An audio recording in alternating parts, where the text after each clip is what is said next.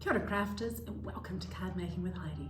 We're here tonight to make two Christmas cards, one with blues and silvers and one with slightly more traditional reds and greens. So we're going to start with the blues and the silvers, and we will start making this base part first and then we'll work on this. So this is heat embossing.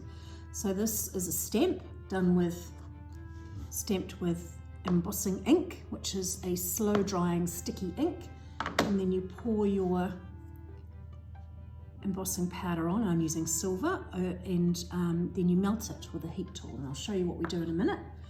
But as I said, first we're going to make our base parts.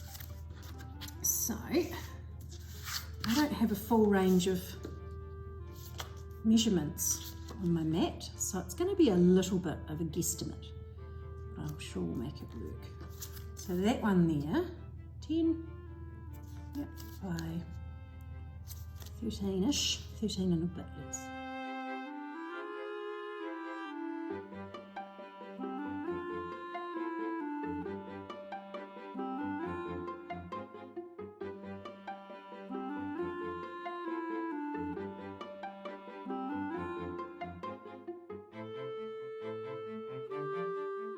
That's the silver piece, and then we cut a navy blue piece for this next layer up, so that'll be just a fraction shorter on either side. So in this case, 9.5 centimeters by 12.5.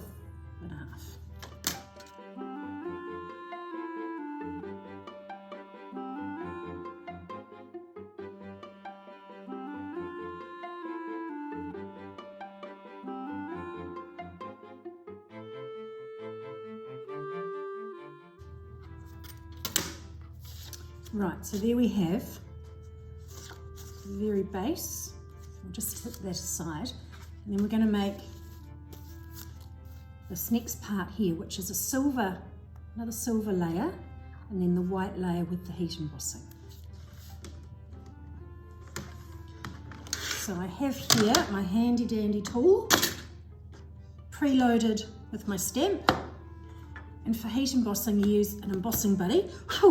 Which is, it's kind of like a bit like talcum powder, baking soda kind of stuff, and it just stops sticky fingerprints or the embossing powder sticking to anything you don't want it to stick to. So then we ink it up, and the reason I'm using the embossing tool here, the platform, is so that I can stamp it multiple times in the same spot, because sometimes with embossing, I think my pad might be a little bit dry, needs re-inking, you don't always have enough ink. So I like to do it a couple of times just to be really certain I've got plenty of ink for the embossing powder to stick to. You might even just go one more. Good. I don't want to press too firmly because it'll make the letters skew. But you can, oh no, you probably can't see it, but it's a very faint outline of where the stamping has happened. Get a scrap piece of paper and pour the embossing powder over where we have stamped. And then we tip off the excess and just give it a little tap. If there's anywhere you don't want it, just get a little tiny paintbrush, or you use your fingers like I do, and just make sure that it's actually stamped really well. There's none there where you don't want it. Tip that back in there for another time. So one of these things a little bit goes a long way. Now we're going to make some noise. Embossing tool is a heat tool, this one. It's got 2 speeds. I use it on the highest speed, and when I start heating for lettering like this, I start heating from the back. Just to get it heated up. Otherwise, sometimes even with the embossing ink, it can still flick some of the powder away.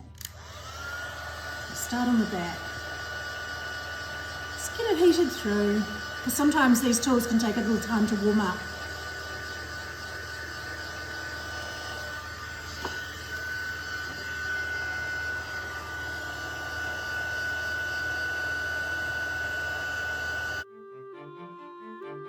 So you can see now that all that powder has melted and it just has a beautiful silver shine. See that reflecting a little bit. So we're going to cut our circles. This one here. Now I've got a set of dies, one slightly larger than the other, but you could use anything. You could trace around it and cut out with a glass or the lid of something, or use it if you've got a punch, that would work. Now we want the smaller one for this.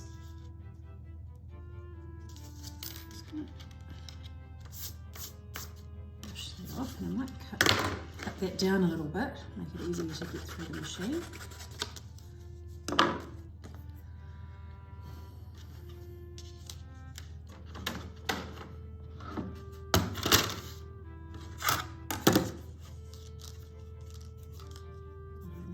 Taping that down, but I haven't got my tape with me. So just trying to line it up so it's nice and central. See there, we have a beautiful circle, and now we want our silver one that's the next size up.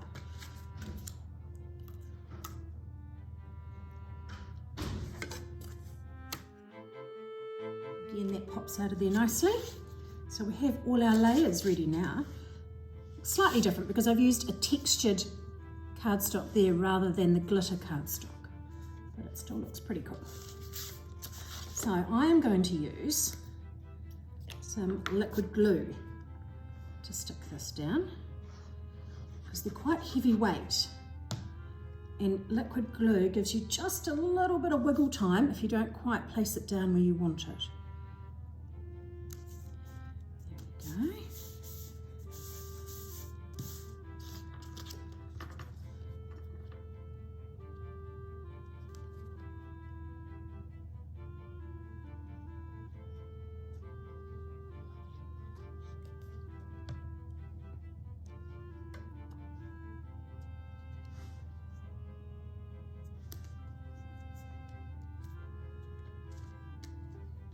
Okay, and then making sure this is up the way that we want it. Let's pop this last layer down. And again, try and sort of get that central within the other larger circle beneath it. Just give that some time to adhere. Very cute. The other thing you could do, you could put some gems on there, some little pearls, some liquid Nuvo drops, something like that, but I really like the simplicity of that. So now we would stick them to a card base that fits the size of those and either leave it as is or embellish as you would like. Okay, now we're going to move along to this more traditional looking one, and it has multiple layers, all decreasing in size. So we'll start with our red layer. Now I've used textured paper, I think it's like a mulberry paper or something, but had run out of that, so I've just used some regular red cardstock, which will be absolutely fine.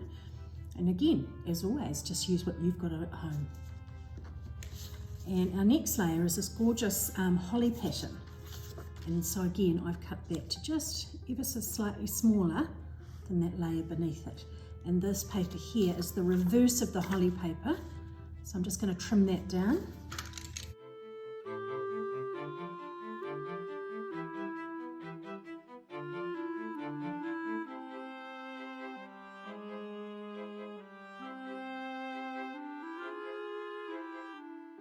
So that's that next bit there. And then we have a little, actually I might need to work backwards for the next bit because I want to put a sticker, like this one here. I'm going to use Joy to the World.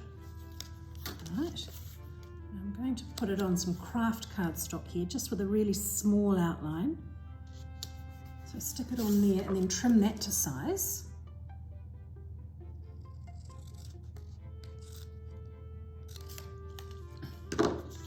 And then the next bit goes onto the red, and so on and so forth. And that's not sticky, so I'll stick it down again with some liquid glue.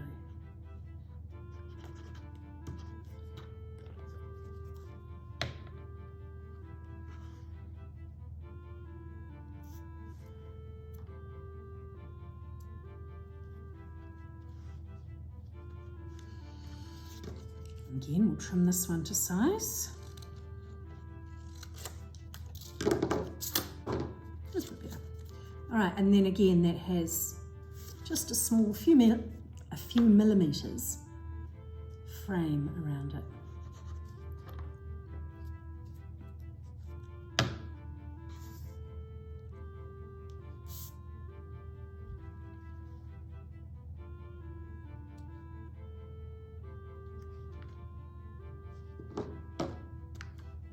Again, really simple, but very visually effective. Actually, it might be better if I stick that one down, since I'll centre on the back there. Sorry mate, I'm covering you up this time. Again, just a really narrow border around the outside.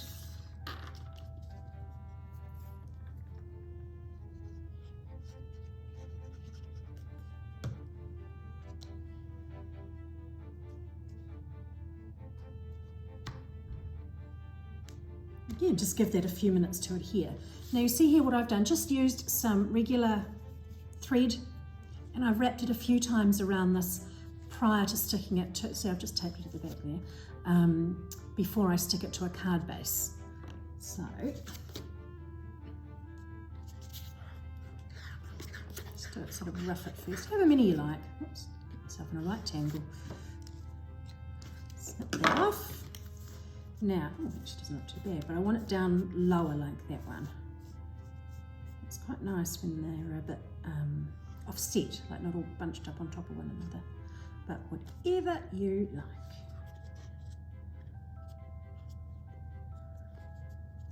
And then yeah, just pop some tape on the back to hold that there.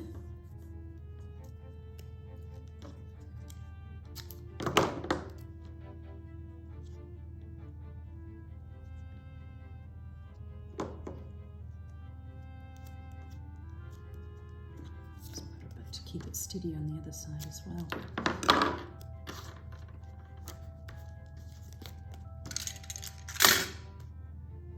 There we go.